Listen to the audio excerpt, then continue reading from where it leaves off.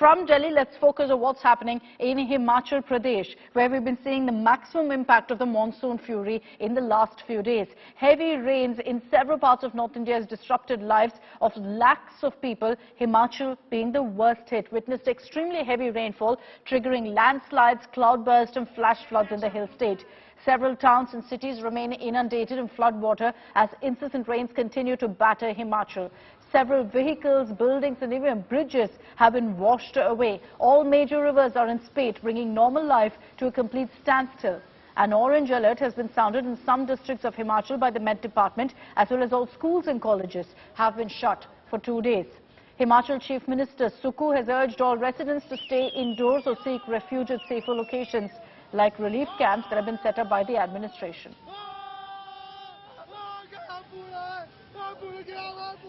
कल तक जो है 1331 जो ब्रिज जो हमारी जो मेन सड़कें थी वो अवरुद्ध पड़ी हैं और उसके साथ साथ 4600 के आसपास हमारे जो बिजली के ट्रांसफार्मर वो बाधित हुए हैं और लगभग 760 से ऊपर जो है हमारे वाटर सप्लाई की स्कीमों को जो बाधित हुई है। इससे लोगों को काफ़ी असुविधा हुई। लगभग ऐसा अंदाजा है कि 1000 करोड़ के आसपास का नुकसान जो है अभी तक बरसात के कारण हुआ है, लेकिन ये अभी आंकड़े आने बाकी हैं क्योंकि लोग अभी रिलीफ एंड रेस्क्यू मेजर में ही लगे हुए हैं। आंकलन जो है किसी भी विभाग का अभी तक नहीं आ रहा, धीरे-धीरे आ रहा। After 48 hours of the mayhem and the havoc caused here in Mandi, it's a day of relief. All the debris, everything that was literally flown in Vyas River is now being cleaned by the civic authorities. All the agencies are active, and this is exactly the place which was literally become an island, totally disconnected from rest of town in Mandi. Right behind me is the historic ancient temple Panchmukhi, which is called Panchatattvam temple, which simply means 5 faces of Lord Shiva.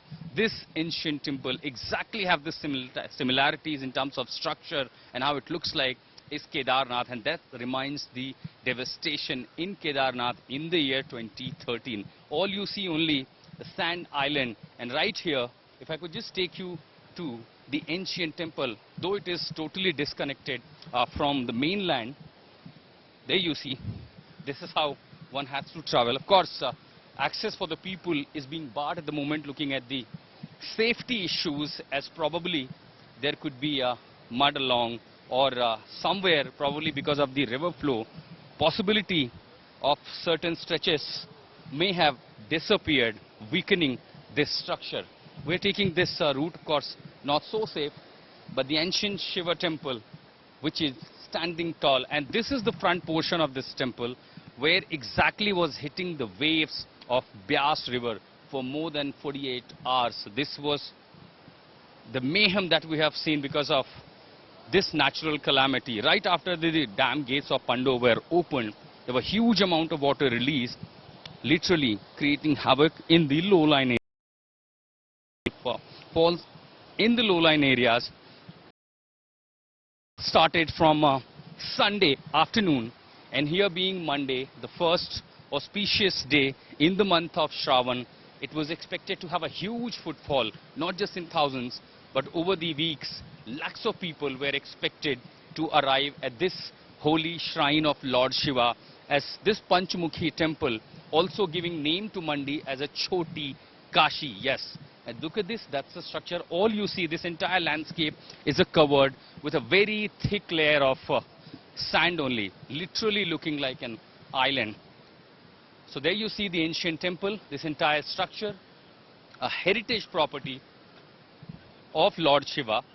And there we have a huge number of devotees, pilgrims coming not only from Mandi, Manali, Kullu, Shimla, Himachal, but all across the country. So the day when there was expected to be a huge footfall, all we see only is the debris, the sand and everything that was brought by Vyas and the adjoining drain. Now that's the iconic bridge which was connecting people from rest of Mandi to this ancient temple, was also washed away along with 7 others. So that's the one structure that you see was totally washed away, and this is Bhairava temple, which is also known as guard of Lord Shiva's this shrine.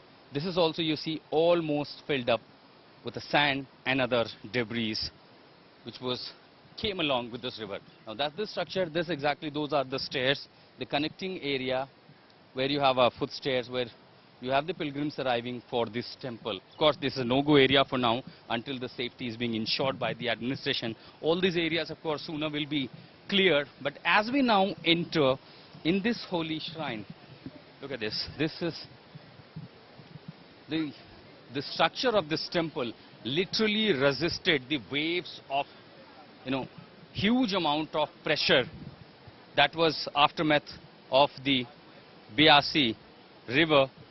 And despite of all that pressure that is faced through, it literally saved it. But how's the situation that looks inside? As we go closer to the inner sanctum of this temple, this looks exactly as similar as Kedarnath shrine. So that was 2013 when there was devastation in Kedarnath. This is 2022. We almost seeing a similar devastation. As the faith and the locals say, it is all prevented by Lord Shiva. This is Nandi, and it is as tall as 5 to 6 feet, but all covered under thick layer of sand. And right in front of that is the holy shrine of Lord Shiva. That's exactly, you have a 5 faces Lord Shiva. But all have gone disappeared because of totally covered by thick layer of sand. That's how it looks like the ancient temple. Of course, it is being preserved. Often you have a much crowded days, and particularly in the auspicious month like Shravan, when you have a huge footfall here, all it looks like totally deserted. Soon, of course, the administration, the locals, as who have faith here, will be clearing it all. But for now, this is how the situation has become in this area. That's have been really a challenging one for the administration, for the people, but their faith say it is the holy shrine that saved Mandi from a disaster. In Mandi, at this holy shrine, with Nasir, I am Ashutosh Mishra for India Today.